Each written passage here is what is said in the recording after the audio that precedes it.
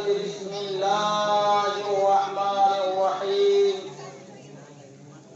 قد جاءكم من الله نور وكتاب مبين صدق الله المولى العظيم وصدق رسوله النبي الأمين المتين الكريم ونحن على ذلك لا من الشاهدين والشاكرين والحمد لله رب العالمين। সমস্ত প্রশংসা সেই মহান আল্লাহ তাবারক ওয়া তাআলার জন্য, যে অক্ষয় অব্যয় নিরাকার নিরঞ্জন এক অদ্বিতীয় ওয়াহদাহু লা শারীকা লাহ। তিনার কোটি কোটি তারিফ ও প্রশংসার পর শত শত দরুদ ও সালাম বর্ষিত করিত মুহাম্মদ আল্লাহর মরুদ দুলাল মক্কার সরকার মদিনা তাজর জনাবে আকা মুহাম্মদুর রাসূলুল্লাহ সাল্লাল্লাহু তাআলা আলাইহি ওয়াসাল্লামের প্রতি।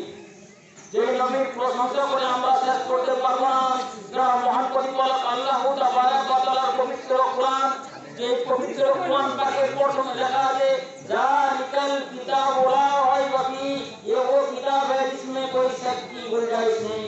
এই যে এমন একটি কিতাব, যে কিতাবে কোনো সন্দেহ করার চান্স নেই, যে কিতাবের মধ্যে কোনো সন্দেহ নেই, সেই কিতাবের মধ্যে আল্লাহ তাবারক ওয়া তাআলা বললেন কাদ জাআকুম মিনাল্লাহি নূরুন ওয়া কিতাবুন, নিশ্চয় আল্লাহ তাবারক ওয়া তাআলার তরফ হইতে আল্লাহ নবী দো জাহানের বাদশাকে আল্লাহ তাবারক ওয়া তাআলা বলেন যে আমি নূর দিলাম এবং তার সাথে সাথে ওনাকে একটি কিতাব পবিত্র কোরআন পাক দিলাম। সুবহানাল্লাহ।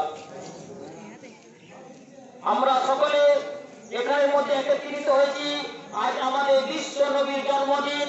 যেই নবীর উম্মত হওয়ার জন্য হযরতে আদম থেকে নিয়ে হযরতে ঈসা পর্যন্ত প্রত্যেকটি নবীগণ আল্লাহ তাবারক ওয়া তাআলার দরবারে দোয়া করেছেন যে মহান প্রতিপালক আল্লাহ তাবারক ওয়া তাআলা, তুমি আমাকে এই জামানার নবী না করে আখেরি জামানার নবী যদি আমি উম্মত হতাম তাহলে ভাগ্যবান মনে করতাম। সুবহানাল্লাহ। যে আল্লাহ নবী দো জাহানের বাদশার আমরা প্রশংসা করতে পারবো না, কারণ আল্লাহ তাবারক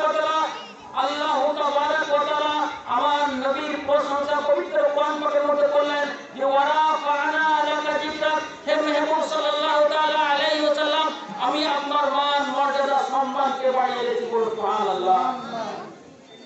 ওরকম কিভাবে আল্লাহ তাবারক ওয়া তাআলা পবিত্র কোরআন পাক নবীর প্রশংসাতে একটি আয়াত নয় বলাকে শত শত আয়াত আল্লাহ তাবারক ওয়া তাআলা আমার নবীর প্রশংসার জন্য অবতীর্ণ করলেন। সেই নবীর জন্মদিন উপলক্ষে আমরা এখানের মধ্যে একত্রিত হয়েছি।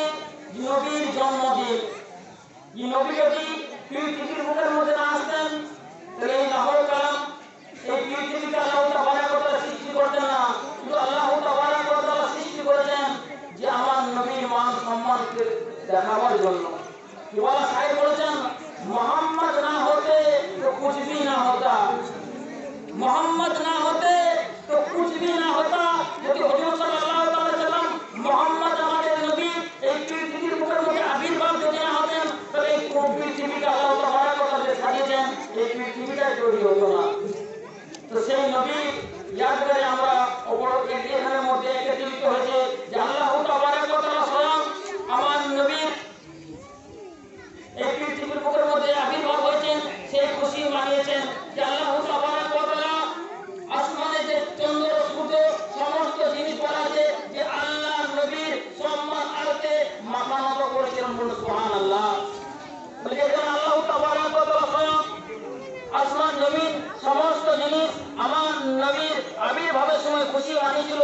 সেখানে আমরা মানব জাতি যে আল্লাহ তাবারক ওয়া তাআলার পবিত্র কোরআন পাক বলেন লাকাদ মান্নাল্লাহু আলাল মুমিনিনা ইয বা'সা ফীহিম রাসূলা, যে আমার মুমিন তোমাদের কাছে আমি নবীকে পাঠিয়ে তোমাদের ভাগ্য তোমাদের কিসমতকে আমি চমকিয়ে দিয়েছি।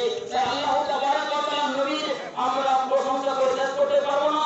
যে আল্লাহ নবীর নাম যদি যতক্ষণ পর্যন্ত না নেওয়া হয় ততক্ষণ পর্যন্ত আমরা মুসলমান হতে পারবো না, ততক্ষণ পর্যন্ত আমরা মুমিন হতে পারবো না। তাই সাইয়েদ ইসলাম বলেছেন নবী মোর পাঁচ মণি, নবী মোর সোনার খনি, নবীর নাম জপে যজন সেই তো হলো জাহানের ধনী।